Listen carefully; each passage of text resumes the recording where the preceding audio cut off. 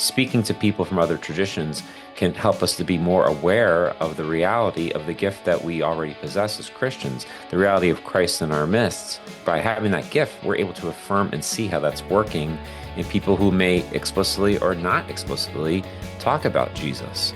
For us as Christians, that should get us excited because we can see the power of God working in ways that kind of go outside the parameters or our definitions. Welcome back to Religion to Reality, the podcast about living an integrated life.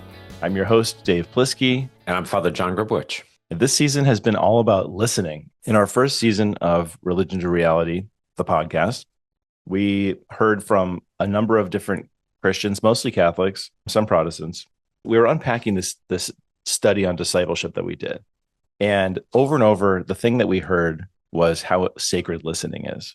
And that was unprompted from our guests. And so we said, okay, if this is what we're hearing, how can we be better listeners? And what can we do as Catholics to be great listeners? And so we said, okay, well, maybe the thing to do is to listen to voices from across the spectrum of traditions. And that's what we did. That's what this season has been all about. And so if you are listening to this right now, this is the final episode of Religion to Reality. We had planned to do 10 episodes this season, ended up doing 26 across, I think, 29 guests, or actually 30 guests. There was 30 guests.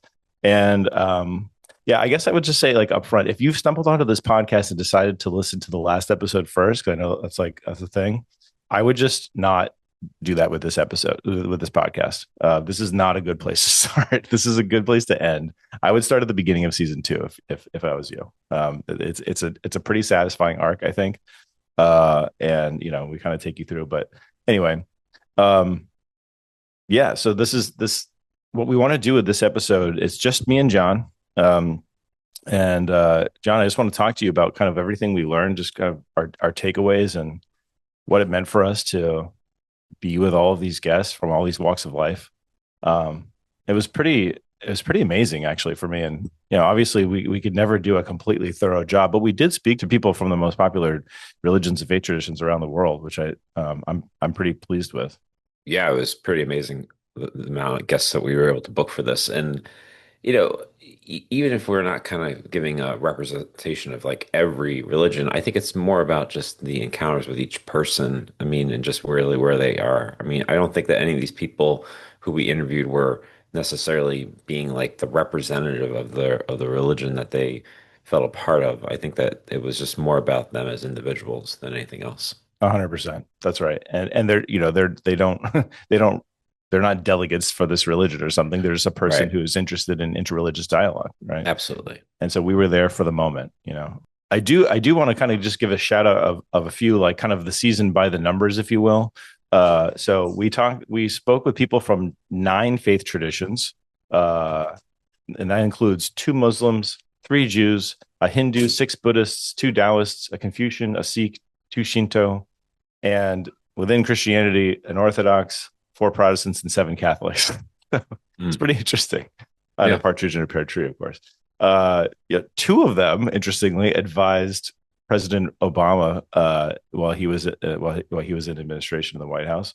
At least 4 don't belong to just one tradition. 5 are current or former monks or nuns across 3 different faiths. 5 are university professors. 6 hold ordained titles.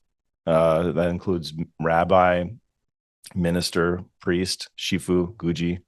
1 is a Princeton wrestling champion who wandered into a Buddhist center after a vision of Christ in an English country church. 1 is a singer-songwriter who discovered... you have something to say about that? Who was that? That was Kitisaro. Oh, yes. Weinberg. Okay. Yeah. Yeah, that's right. My gosh, how could I forget? Yeah. 1 is a singer-songwriter who discovered an 1800-year-old problem of the Gospel of John and is now changing the footnotes of the Greek critical text that every modern Bible is translated from. And of course, that was Elizabeth Pulitzer. Yeah, she was great. Yeah, I almost said Libby. I call her by her nickname. 1 had her first meaningful meditation experience during a Catholic mass. 1 prayed the rosary for weeks during a year-long silent retreat in a Buddhist forest monastery. 1 is a Benedictine monk who performs Quranic verses in Arabic for Muslim audiences. we had people from Africa, Asia, Europe, the Middle East, North America. It was pretty awesome, I would say. Yeah, I mean, just you kind of rattling off those stats, my gosh, made me think that we were really part of something special. I mean, how could this have ever come together unless it was just meant to be? So it's just really great to just to use this opportunity to reverence what we were able to be a part of, and I mean that. Absolutely. Um, there are a ton of religions that we weren't able to include. Like this, obviously, the season would just go on forever if we were to try to include all of the world religions. But we got the biggest ones, the meaning the ones with the largest populations, and I think that's significant. There are a few that we did try to get that wasn't able to connect with anyone who practices. Hmm. And those include some of the African traditions, some of the indigenous American traditions. So I look, we did a really good. Yeah, yeah, I think it was thorough enough. Um, absolutely. we even had an atheist, and a couple of people asked me like, "Are you gonna have people with from no faith tradition?" And the plan was no, because we're talking about practices, and if you define yourself by what you don't believe, then it's like, all right, well, you're essentially saying like I don't have a tradition that gives me ritual or practice to draw from, and so that was not really kind of the scope of the project. But one of the people who is inside a faith tradition uh, is an atheist that we talked to, and so I just want to talk about like what religion means, John, for a minute. Sure. Speaking to all these people, I think I would have told you growing up that religion is basically philosophy that involves God. Mm, And I don't think that that's a good definition anymore, because there are a lot of religions that don't involve God or gods. Um, and there are religions that are also cultures or ethnicities.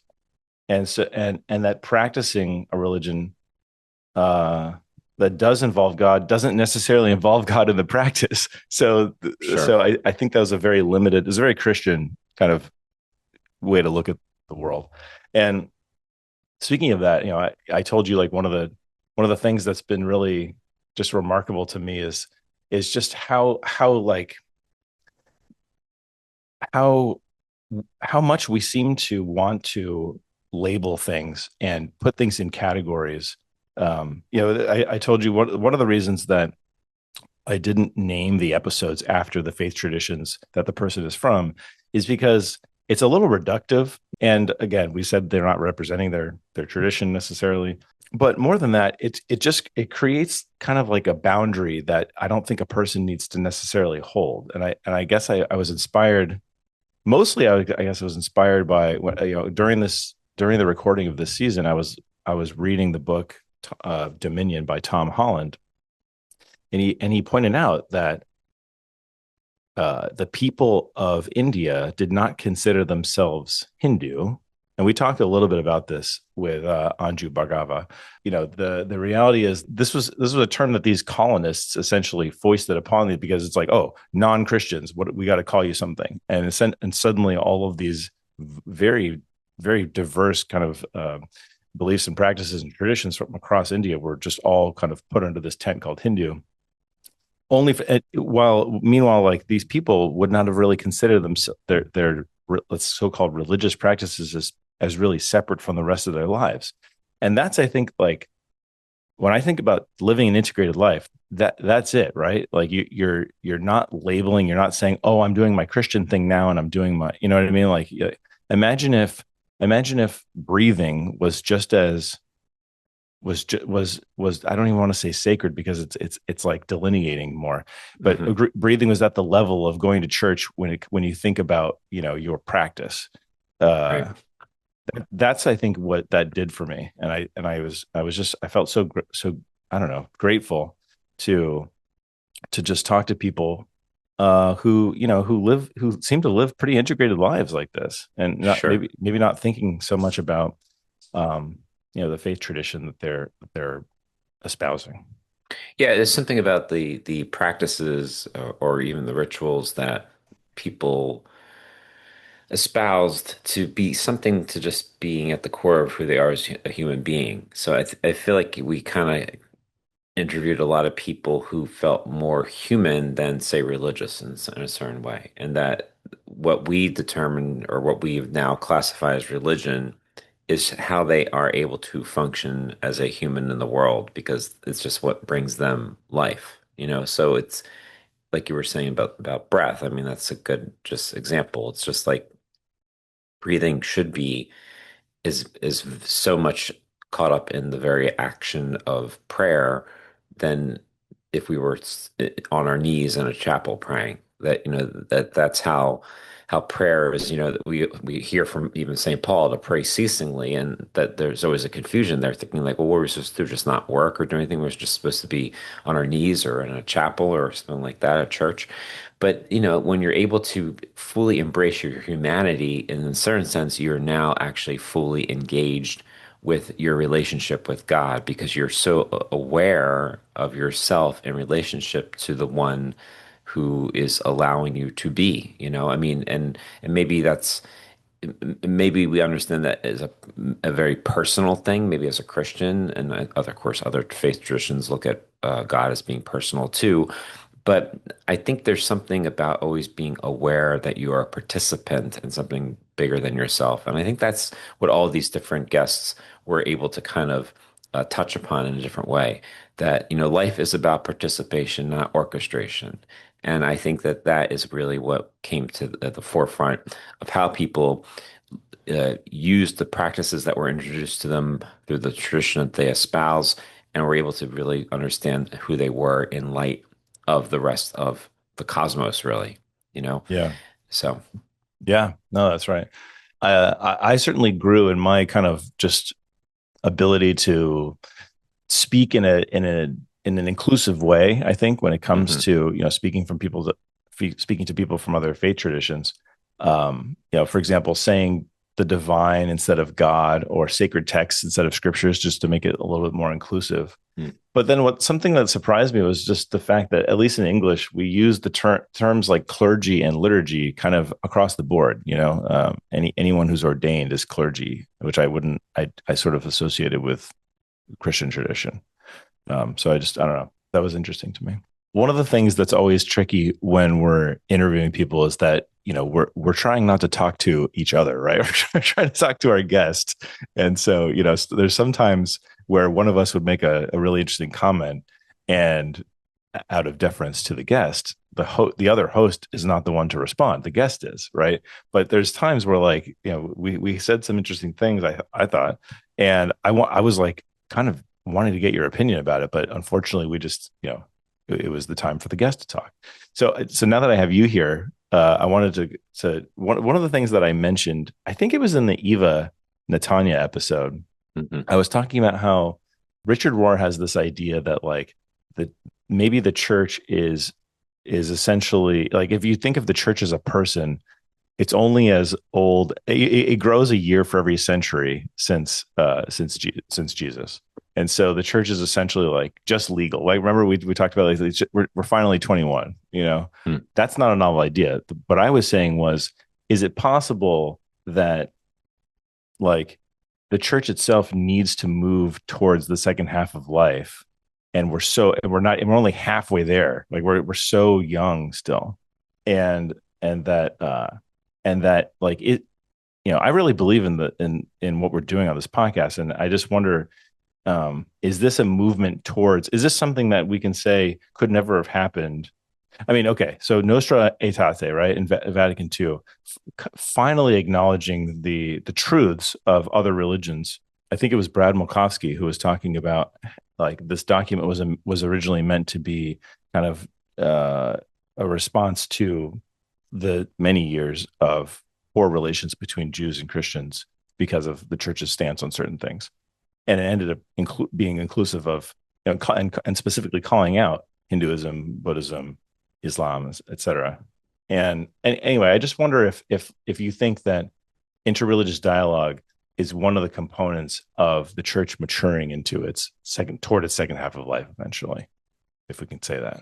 Well, I guess the short answer is yes. I mean, I'm thinking a little bit more about that second half of life reference. I mean, I think the church has always had opportunities to kind of move into a deeper awareness of what it means to be incarnational in the world, and I think that that happens in moments of crisis. I think of lots of the saints that really they were responding to crisis moments happening in the church where they felt as somehow the institution was not representing at the fullness what an incarnational spirituality could be, like not fully being aware and alive to the reality of Christ's presence in our midst and becoming, as it's often thought, to be too worldly. But that just simply means somehow thinking that we as people are kind of the orchestrators rather than the participants. So I think that there's been these moments, you just think of some of the more famous saints like St. Francis of Assisi, rebuild my church, which is so much in ruin. I think his way of going about that and bringing about, a mendicant order, the Franciscans, that was really just leaning into the graciousness of God's presence in all things, and that's how they were going to be able to navigate through the world without really worrying about themselves necessarily making sure that they had the comfort and security that they need to function in society. Like that's a very second half of life moment right there, and because it's pure vulnerability at that point. So I think you look at the modern context. What is the crisis today? I mean, we still have to kind of really reckon with the fact that the church has really gone through a real horrible patch with like the sexual abuse scandal and just other types of ways of that the church doesn't seem to be relevant to maybe the signs of the times, which is really what the Vatican Council was calling us to be attentive to. And there seems to be maybe the sense that the church can weather our time by just being this bulwark of truth and tradition that's unchangeable. But I don't know if that's really the full answer. Somehow, I think that there needs to be a way to recognize that a deepening awareness of what it means to be an incarnational people, a sacramental people, goes beyond what we've already kind of defined. It has to go even deeper. It's not about changing things, it's about going deeper in things. And I think that speaking to people from other traditions can help us to be more aware of the reality of the gift that we already possess as Christians, the reality of Christ in our midst, because we can be able to, by having that gift, we're able to affirm and see how that's working in people who may explicitly or not explicitly talk about Jesus. And for us as a Christians, that should get us excited because we can see the power of God working in ways that kind of go outside the parameters or our definitions. And I don't think that's a threat. That's a deepening. So this could be a second half moment, a second half of life moment right now for the church once again enter into that place of vulnerability, humility, to recognize that the Spirit is still speaking to the world, and maybe the Spirit's speaking in ways that we are not used to or maybe uncomfortable with, but are nevertheless true. What does it look like to be Christians who recognize the sacramentality and the incarnationality of the world in a deeper way, as you're talking about? I mean, obviously beyond what we're saying here about interreligious dialogue, what are some of these other deepenings that we like?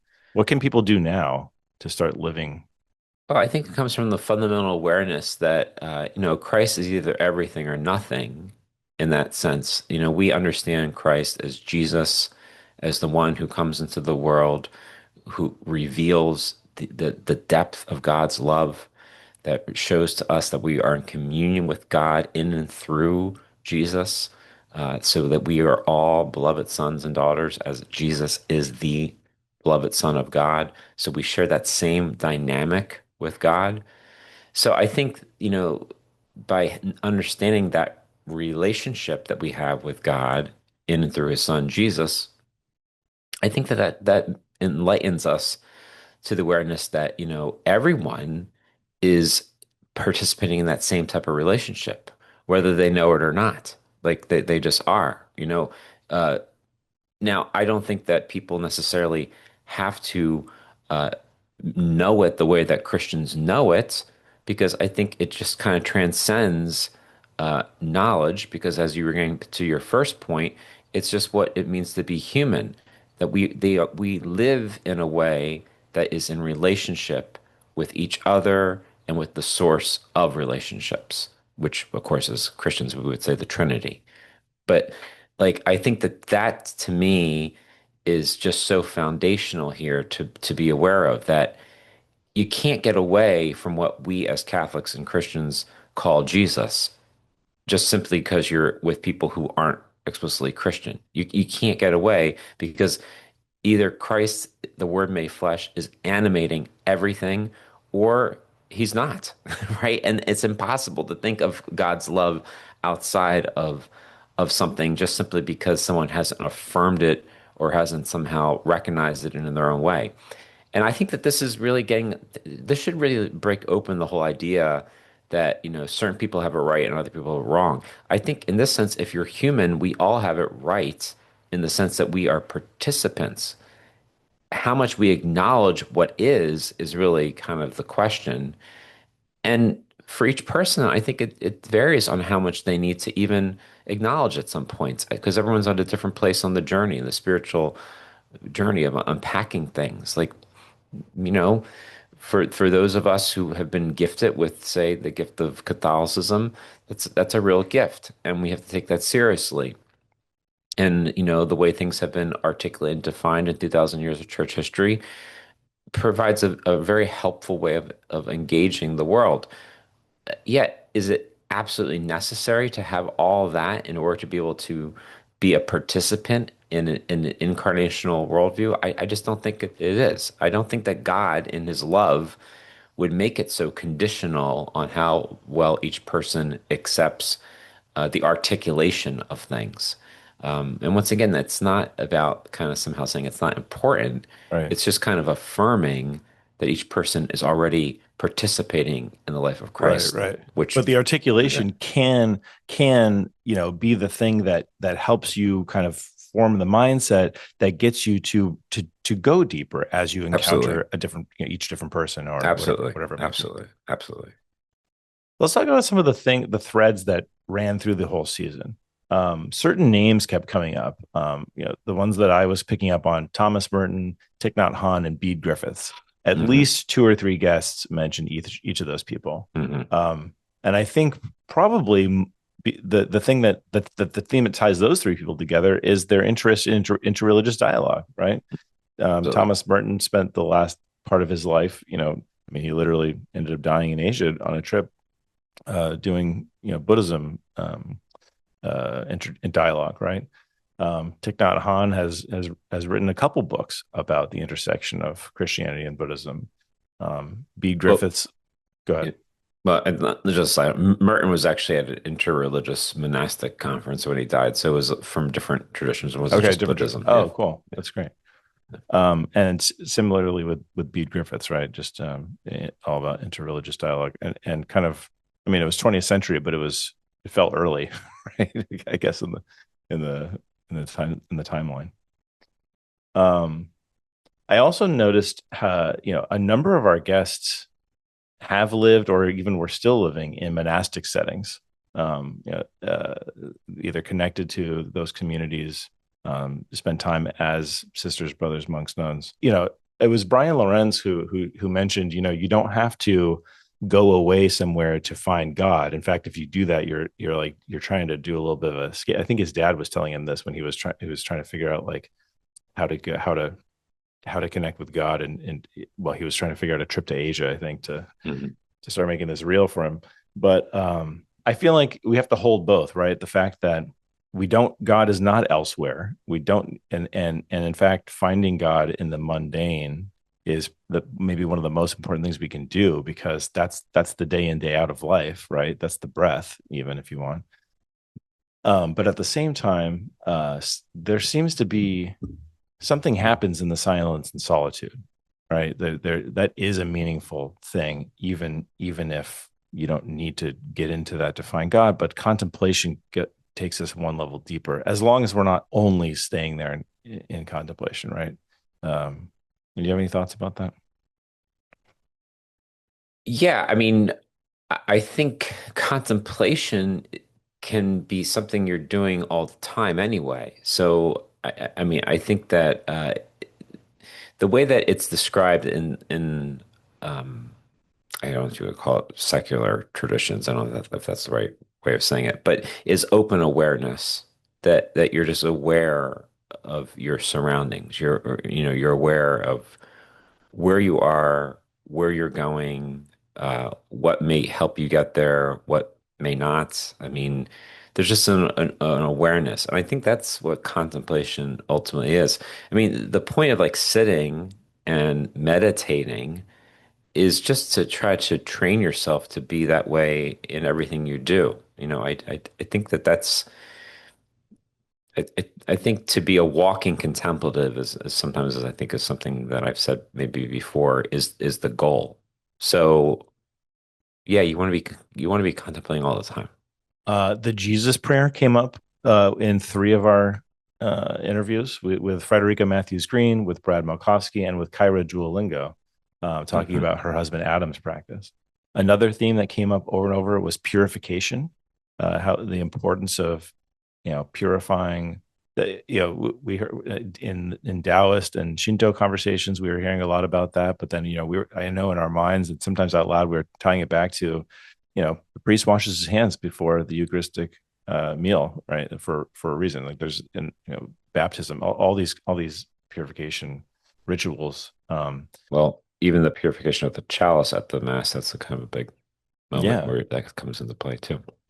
yeah. So there's it seems like healthy world religions recognize the fallen nature of the world, I guess, if you want to call it, you could speak about it in Christian terms, even if that's not, and the importance of cleanliness, or maybe and and this is not, I'm not trying to make a surface statement. Nowhere in the Bible does it say cleanliness is next to godliness, right? That's like Right.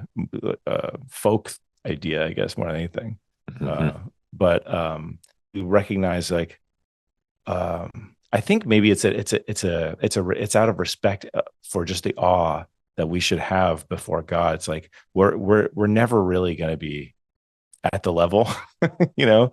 And so Hmm. whatever we can do, whatever little thing we can do to kind of show that we would like to be, it's kind of like in the Merton prayer, right? When he talks about, like, um, I don't know, I'm going to get the wording wrong, but he's like, I don't know that this is the right path, but I think that by doing this, you will accept that I'm butchering it. Hold on, let me It's just all pull, about having let me just, the desire. My desire is enough. Yeah. exactly, Yeah. yeah.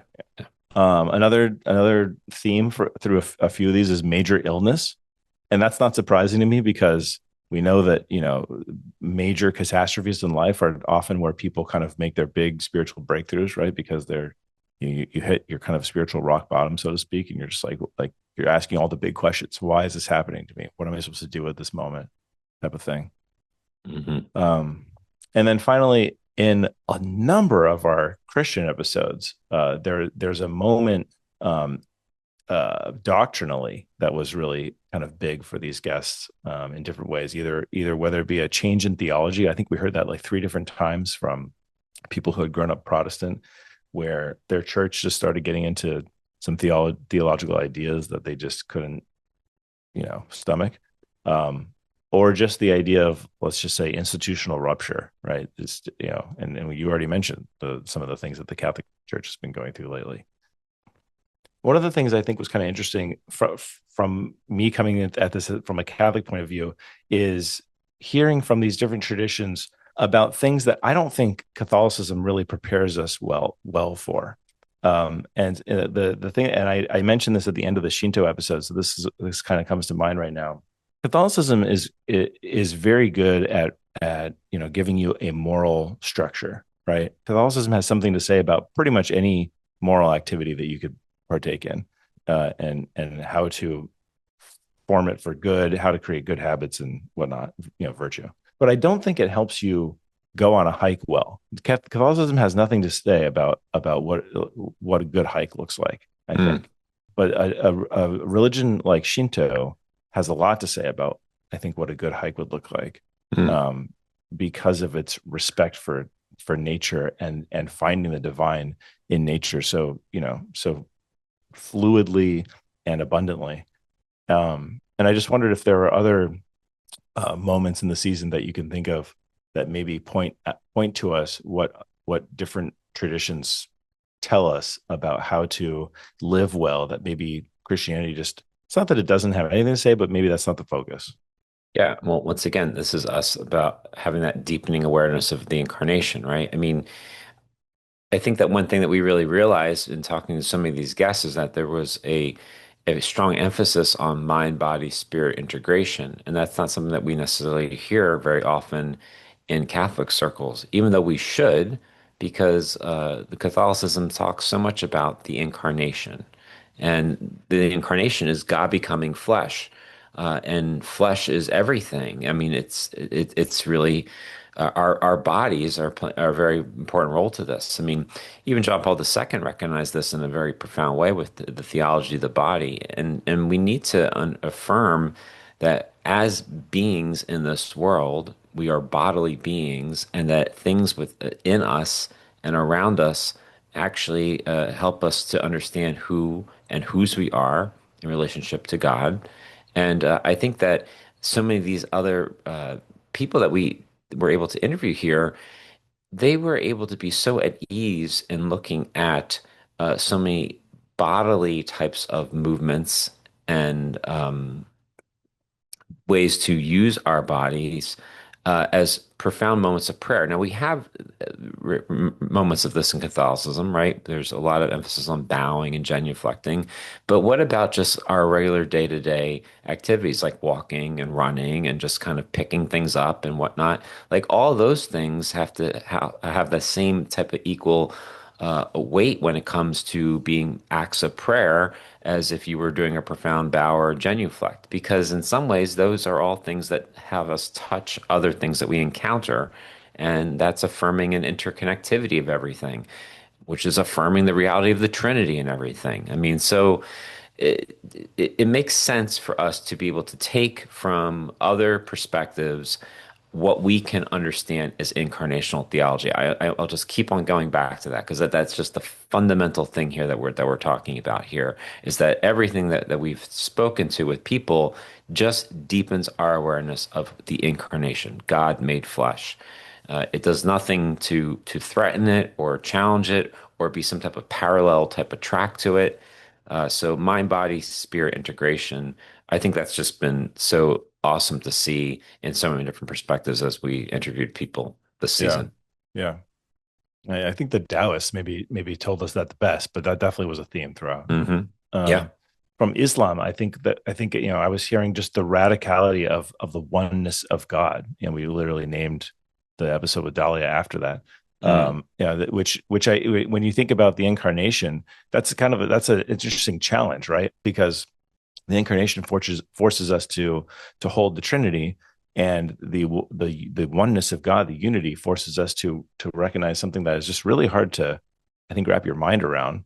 And maybe that's the point. Maybe we're not supposed to wrap any minds around anything, right? Last night when we were talking, it was you were saying I think we overcomplicate this all the time, right? And I think maybe that's because we approach things through our minds rather than through our bodies or just our lived experiences. Maybe the Trinity is less to be understood and more to be experienced. Yeah. Uh, Easier said than Absolutely. done, obviously. Yeah, but the thing is, though, we're experiencing it all the time, right? I mean, we are relational. Mm-hmm. I mean, we're only here existing because of the result of a relationship of our Mm-hmm. parents. I mean, we are just fundamentally relational. So how it's all held together in a great web of interconnectivity emphasizes the oneness, right? So it's always the as they always say, the problem of the one and the many. I mean, it's reconciled in just us understanding the Christian mystery, or at least, trying to pierce the Christian mystery. But there is something about oneness in a certain type of dynamism that exists within relationality, which all of us are constantly in its participation with. So, I mean, you just can't escape it. We Yeah. just can't. So I think that everything, once again, that we discussed this season was just kind of affirming our humanity. Mhm. And we're able to do that from different types of religious traditions that have attempted to try to define it. And I think that, you were talking at the very beginning of this about like, how do we define religion? Well, I think it's just hard to do because it could be anything from an ideology to just the ritual types of practices, right? So, I mean, like that's a really broad spectrum of things going on. But I do think that religion, maybe in the best sense, is a way to try to bring an awareness to the importance of life. Like I think that that's kind of maybe what religion in its best sense is. It's an awareness to the importance of life and a life well lived. I like that. So I think that that's kind of why when we're talking about religion to reality as a theme for this whole podcast, it is that the thing that to be real in the world is to be fully yourself, showing up in the world. And religion, in a certain sense, reminds you that that's the task at hand. And therefore, since it's a reminder, it doesn't necessarily make it necessary because it is what it is in how we live our life. But as human beings, I mean, we can also just kind of get caught up in things that take us away from reality. And Right. religion points us back to it. Speaking of religion to reality and reminders, would you remind our listeners, and maybe they never knew? I think it's revealed one time in this season. Finally, by the way, this is our 50th episode. Do you know that? And if you Wow. include the webinar series, it's 56. Like Wow. this, we have a lot of episodes, We've been doing a lot here. Wow. and we never talked about where the name came from. So, do you want to tell our listeners? I think Yeah. you casually mention it in one of our episodes, but not fully. So, just tell our listeners how we got religion to reality as our name. Yeah. It's from Alexander Shaman's book, For the Life of the World, who he was a Orthodox theologian and priest in the 20th century, and very popular in during the time, I would say, of the Second Vatican Council. Thomas Merton was a really great proponent, I think, of Shamon's work, and he really pierced at the very heart of the matter when he was really identifying the crisis in modernity in the context of what was happening in the mid 20th century. And he was basically saying that, the way that we have treated, say, the church or religion, we've kind of created more of it as an end rather than a means for producing what it's supposed to produce, so to speak, which is an awareness of our relationship with God. That it became something that was too much thought to be something that stands alone and is practically devoid of understanding who God is, ironically, because it became so kind of inwardly focused. So he writes to us in For the Life of the World a very big section here, and if you don't mind, I'm just going to quote much of this here because um, this is such a great section here. Um, so here, this I'll just read this part here. Before Christ came, God had promised him to man.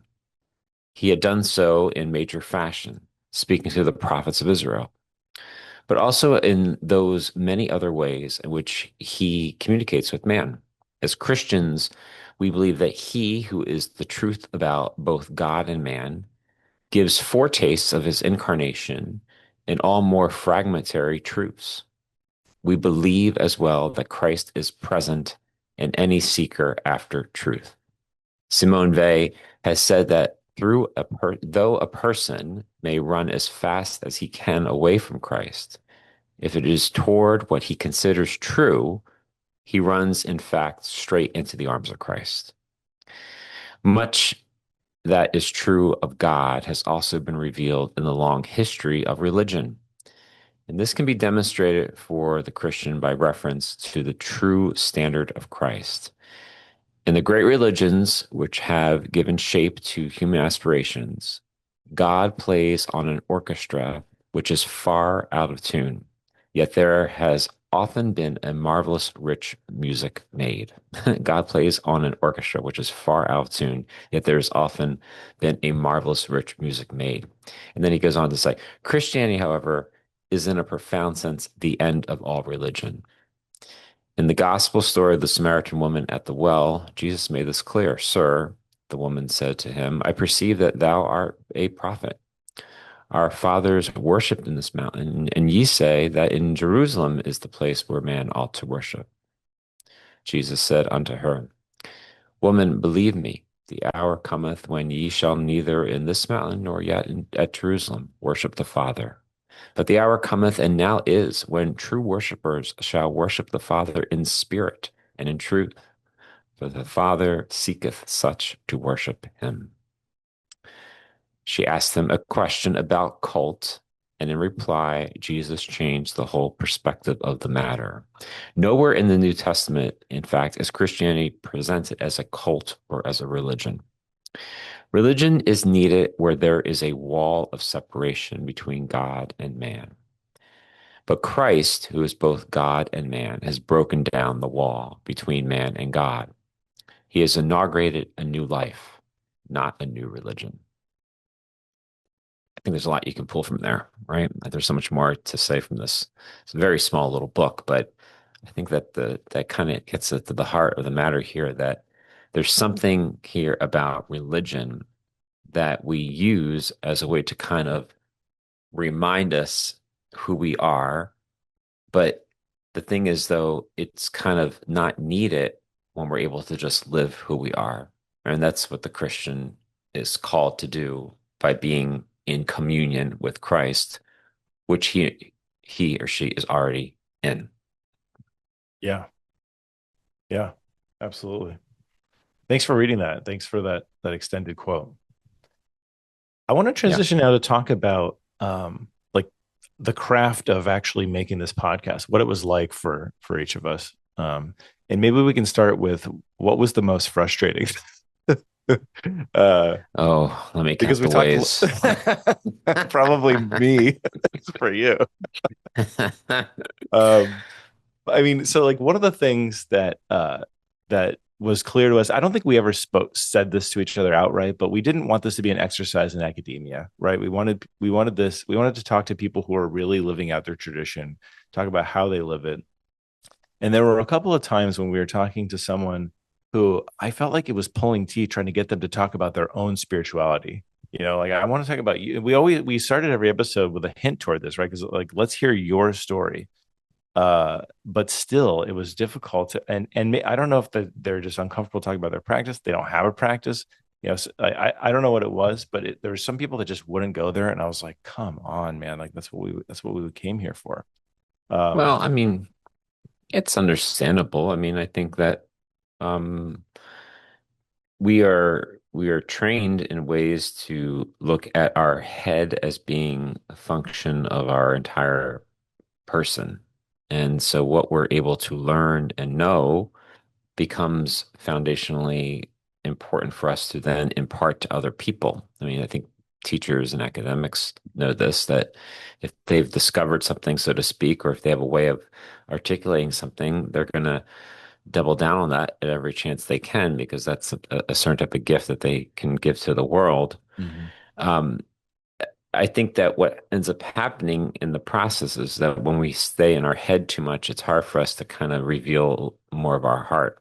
So I think that just kind of is I don't know, it's maybe the cost of allowing our head to kind of get the best of us.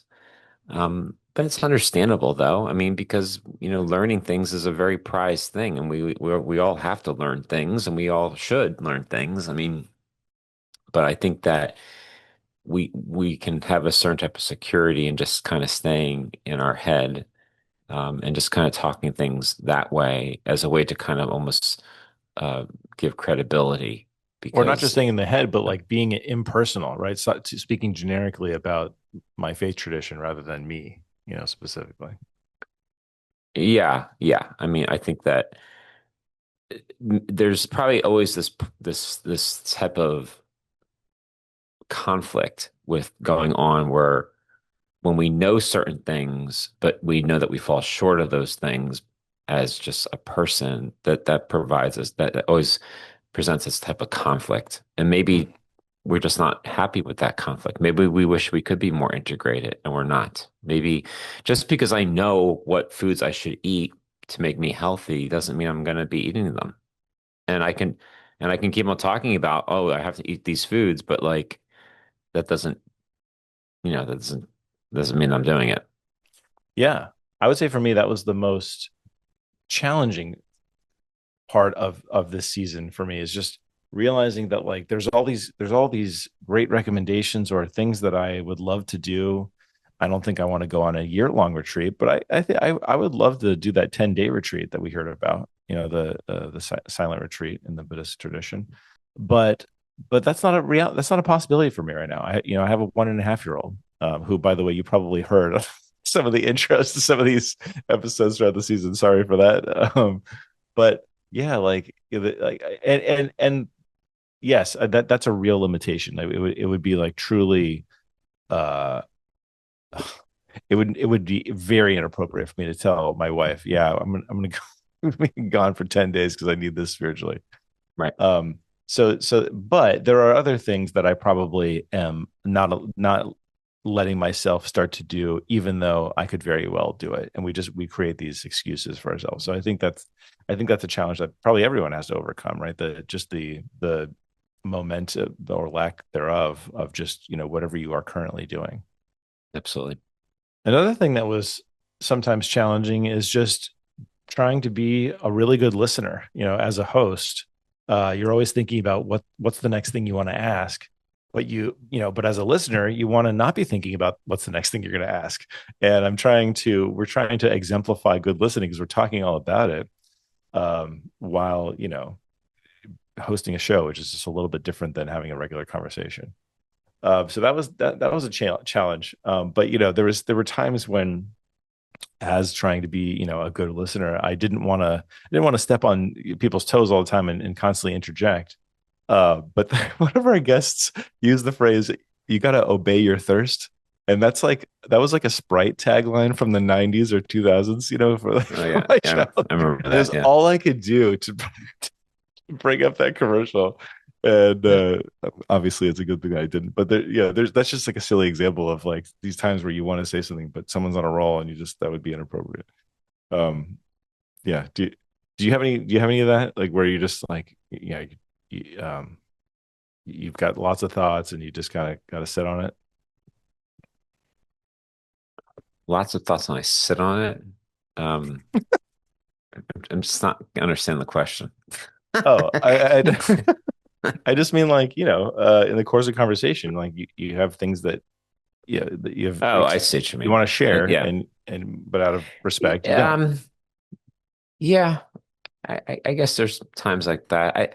I think I'm getting a little bit more used to just letting someone else drive the conversation and just let it go where it goes. I mean, I think Yeah, that's pretty I clear think in it's a this little bit.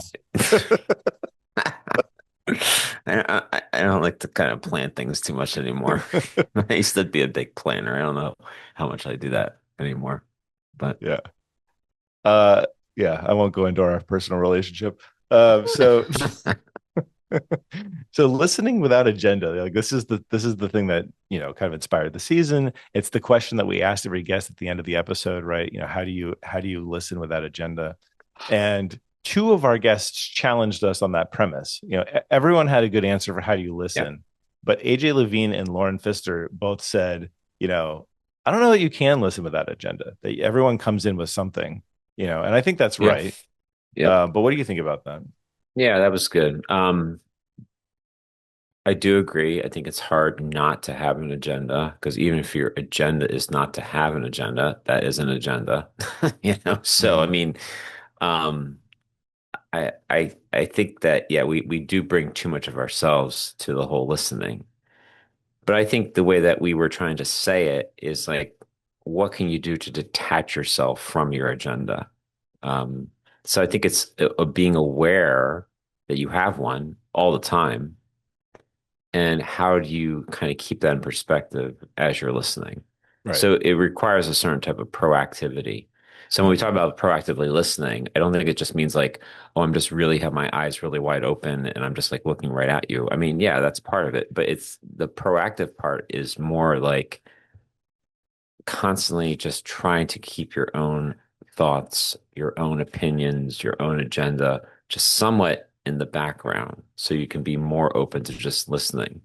Because, we all just do. I mean, it's impossible to kind of rid ourselves of our experience of life and especially of different ways that we've been hurt and wounded. I mean, if we've been hurt and wounded a certain way, we don't want to experience that again, and we don't want other people to experience that type of hurt and woundedness. So if we hear something that we think is hurtful and can lead to wounds, we're going to quickly put up a big wall against it.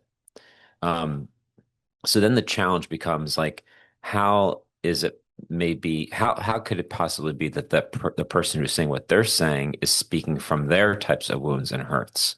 So maybe the common thread here of us understanding how to listen is to have the fundamental recognition that we've all been hurt and wounded in different ways, and what we say and how we say it and what we espouse is our way of navigating through those wounds and hurts. So can we listen to a person's hurts and wounds through what they're saying? Because that to me is getting it to the heart of the matter of the person, It's really you know? deep. Yeah. Yeah. Yeah. Right. It's almost like applying the medium as the message in a different way, right? Mm, But it almost doesn't matter what they're saying. It's like, what are they really trying to communicate here? Yeah, yeah. that's great. I want to come back to something that you said. I can't remember if it might have been in season one, where you talked about the topic of astrology came up, and you talked about how like even when people dabble in something like astrology, that let's say is not compatible with our understanding of Christianity, that you don't see the harm because it shows that they're seeking to engage the mystery of life in some way. I'm probably adding a little bit to what you said, but I'm trying to paraphrase here. And I agree that this can be a healthy sign of something. And I don't want to get into whether it's right or wrong, but what I'm curious about is like, how do you hold that? How do you genuinely appreciate that someone is earnestly seeking something, even while you completely disagree with them on the facts or whether the thing is even real, without that appreciation belying the fact that you think that they're wrong? Yeah, that's a great question. I guess it's hard for me to answer the question because I think it's so caught up in the moment of knowing who's talking to you. I mean, it's not so much about like just creating a general way of dealing with that. I think, but it's hard for me to not say it from what I just kind of said before. I think you have to be able to recognize that each person is extremely wounded like we all are. But I think the only way you can do that is if you really understand your own wounds. And maybe a lot of people haven't gone there, or they're just completely just thinking that they don't have it nearly as bad as other people, which is another way of not really dealing with your wounds when you say things like that. Or when you just don't think you have it, that you have any. I mean, that's just avoidance, I guess. Um, but if you're really getting at the heart of maybe your own woundedness and hurts, knowing that, things have been done to you that should not have been done to you. And because of that, it makes you act a certain way.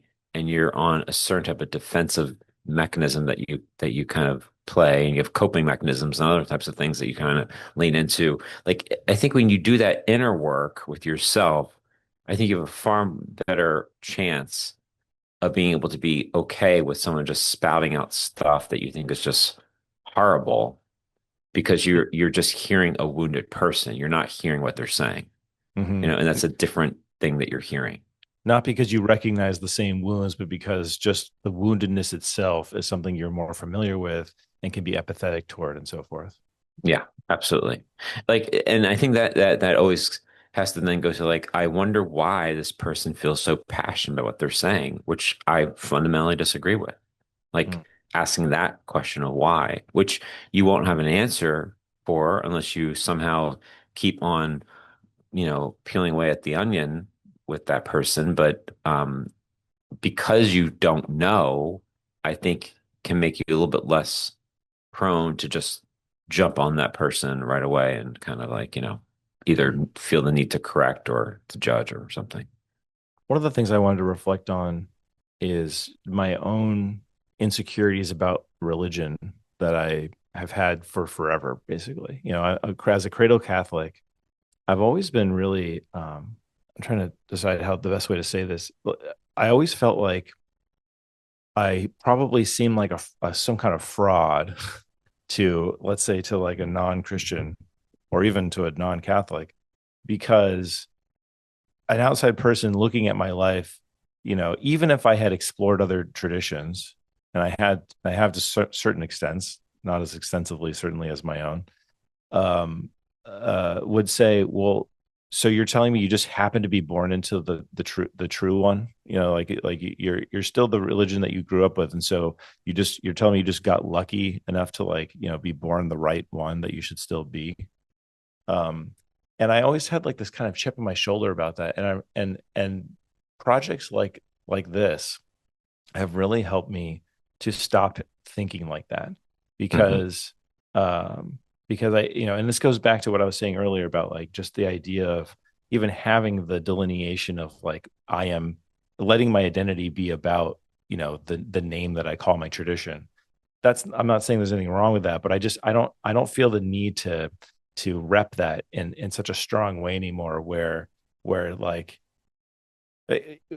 I think I think it a little bit is about recognizing what religion is for, like what healthy religion does, which is to, hopefully transform you, and if it's a religion that involves God, to be starting to be divinized in the Lord, like that like that's what it's about. It's not about like being right about stuff. It's not about being like happy, just going on in the world being correct about, how things work. And so that movement from the head to the heart, I think, is what is allowing me to like stop being concerned about, you know, I mean, first of all, it's also, maybe it's all, there's a maturity in just not caring what people think. There's that too, but it's more than that, because it's about me too. Like I wonder for myself, like, does it make sense? Like, did I really just get lucky? No, it's not. And maybe it's not about that. It's like, well, what is Christianity doing for me that I wouldn't have without it? And, and as we have, I think, illustrated deeply in this season, it's totally, it's great. It's not just okay, it's great to draw other truths and practices and so forth from other traditions that may also help you along this thing we call the spiritual journey. um Hmm. and that's all good. And it doesn't need to have a name necessarily. Hmm. A lot of guests were pretty reticent to talk about like what they call themselves, and I actually like that, because it's not that's not the important thing. Right. Well, I mean, yeah, I mean, I can relate to that on a certain level as a priest. I mean, like, I don't like to always lead with that identity or that part of me when I'm talking to someone because it just kind of skews everything a certain way. It's like, and I just don't know how helpful that is at times. Sometimes it's very helpful. I get that, but it's not always helpful. And it's not helpful for me personally because that means like I can't really get to the heart of who this person is because I feel like some type of now performative thing is now happening because they know who I am, you know?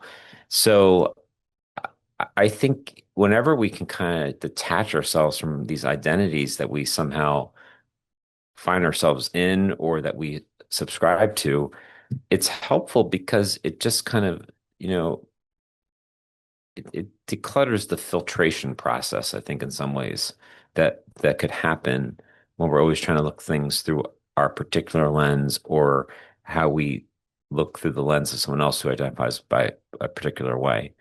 So I think that once again, I guess a holistic mind, body, spirit type of way of understanding things makes you realize that, you never want to really hold to any one part of your identity too hard because it somehow doesn't necessarily always permeate all other parts of our person, which is really what it should do, but sometimes it doesn't. Most Catholics who are very devout, I feel, are always constantly feeling like they're living in two worlds all the time. Like there's the religious world and the secular world, the sacred and the profane, or however you want to say it. And that there's always this kind of like sizing everything up into like how Catholic something is in relationship to basically how non-Catholic it is. And there's always that type of stuff going on. Um, and I don't think that's helpful. I mean, it's helpful when you're trying to understand just maybe who you are and trying to get a way to navigate through a very complex world that we live in. I get that. But there has to come to a point where you're just not constantly always just trying to size things up based on your own identity to a religious identity. Um, when you're understanding yourself as a beloved child of God, then everyone's beloved as well. So there is no difference at that point. And that's the like Martin Luther King would talk about the beloved community, like the beloved community. I mean that to me gets to that point of it's like, well, now we're all just humans. We're Right. not Catholics and Protestants and Muslims and Right. Hindus, you know. Yeah. Right. When we talk about seeing Christ in the other, in every other, Hmm. then it's not about projecting Christianity onto them. That has nothing to do with it. It's what you said before. It's that incarnational worldview. Well, do you have any final thoughts, John? Just on this season as we wrap up.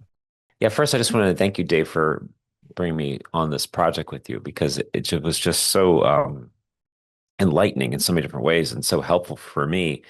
And this season's particularly made me realize there's so much more for me to learn, right? I mean, by hearing from so many different perspectives, there's so much for me to learn. There's so much more ways I can grow. This whole incarnational theology, spirituality, that's a real thing. And this is just pushing me beyond that. And also, I think just recognizing that there's a lot of similarities with things too, with people from different walks of life, because, we're all human. And to affirm our humanity is to affirm our divinity. That's incarnational theology 101, right? To affirm our humanity is to affirm our divinity. And I think that, since we all suffer, since we all realize we are part of a complex world with challenges, that each of us are doing the best we can. And whatever gifts we've been given to be able to try to make sense and navigate through this world from different, say, religious traditions, they're gifts that are meant for everyone. And I think that we were able to kind of maybe embrace some of those gifts a little bit by these different conversations and learn from them. And like I said, push us further on our own journey. Absolutely. Well, if you've listened to every episode, you've heard me say this a lot, but I'm just going to say it one more time. Religion to Reality is not just a podcast. Religion to Reality is also we have a website. You can go to the website to check out things like the show notes and guest bios and all that good stuff, religiontoreality.org. We also have a Substack now.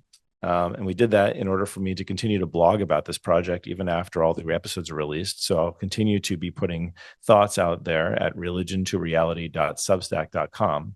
And that's also the place where you can sign up for our interfaith monthly gathering. It's a free online gathering that happens on the first Wednesday of the month at 8 p.m. Eastern, 5 p.m. Pacific. Each meeting focuses on a particular topic like compassion or gratitude. And we talk about that topic. We meditate. We have time for meditation. We have time for sharing in terms of what we're struggling with, what we're thankful for. And the point is to just come together with people from different walks of life, different traditions that may be different from your own. And the great thing is not only are John and I there, but we also have some of our guests joining already. So I'd love to have you there. As we record this, it's July 2026, and I'm hopeful that it will be going for a long time. So whenever you hear this, check out the Substack, follow for free, and see if you can sign up for the next monthly gathering. I want to give an extended credit roll today because there are just so many people to thank and give credit to. And This isn't just our season finale. This is the series finale. This is the end of Religion to Reality. And maybe I should have made that clear before, but unfortunately, and look, I'm not sad about it, but this is the end. So here we go. First of all, huge props and thank you to our season 1 and guest episodes, for the most part, producer Connor Donnelly, and our season 2 and webinar series producer Nick Stropoli, who pumped out over 25 episodes in like a month. So thank you, Nick. That was huge. Yes. Thank you, Nick. Amazing. Also, thanks to Dominic Ambrosio and Len Camporio for helping develop the show early on as we were just coming up with what we wanted to do and how we're going to do it. I want to give a shout out to the marketing team at DeSales Media, especially Israel Ochoa, designer extraordinaire who created the visual language and branding and the design execution of every graphic Religion to Reality has ever had. So thank you to Israel. Christina Valente, marketing specialist and the powerhouse behind the team, who published every episode, the show notes, the transcripts, the keywords, and every piece of social content we've ever had. Huge thanks to Christina. Johnny Ayad, digital marketing and development guru, who built the website, made sure that every episode got posted on it. So huge thanks to Johnny. And I just want to give a shout out to the rest of the marketing team. JT Beisel, our marketing manager, Dami Chakravarti, our senior graphic designer, Richard Cordero, our graphic designer, and Joe Lentine, our social community manager. It's been an honor working with all of you. What a great team. I also want to give special thanks to Bill Mayer, my mentor and very close friend of John and mine, for greenlighting the discipleship study that kickstarted this whole project way back when, and for his ongoing support and guidance. I want to give thanks to my wife, Susie, for always believing in us and in the meaning of this work, and for keeping my 1.5-year-old quiet during every recording session. I want to give a shout out to my friend Danielle, who keeps listening even though her husband... So she likes to fall asleep to podcasts, and she does this, it's... Saying a lot about this podcast, but all right. Yeah, she tells me, she's like, yeah, I always listen to it again on the train on the next day because, I fall asleep. But her husband's put a stop to it. He's like, honey, when I wake up at 3 a.m., I'm okay with you still having a podcast going, but I don't want Dave's voice in the room right now. I don't need to wake up to the sound of Dave in my room. So other podcasts, please. But yeah, so shout out to Danielle for being a diehard listener. And to all of our guests over the years. There's too many to mention right now, but huge thanks. Obviously, we couldn't do this without you. And we also couldn't do this without you, our listeners. So if you're somehow still here and listening to this, you've made this labor of love worthwhile for us, and I really appreciate you. I wish you peace and every good. Thank you. Goodbye.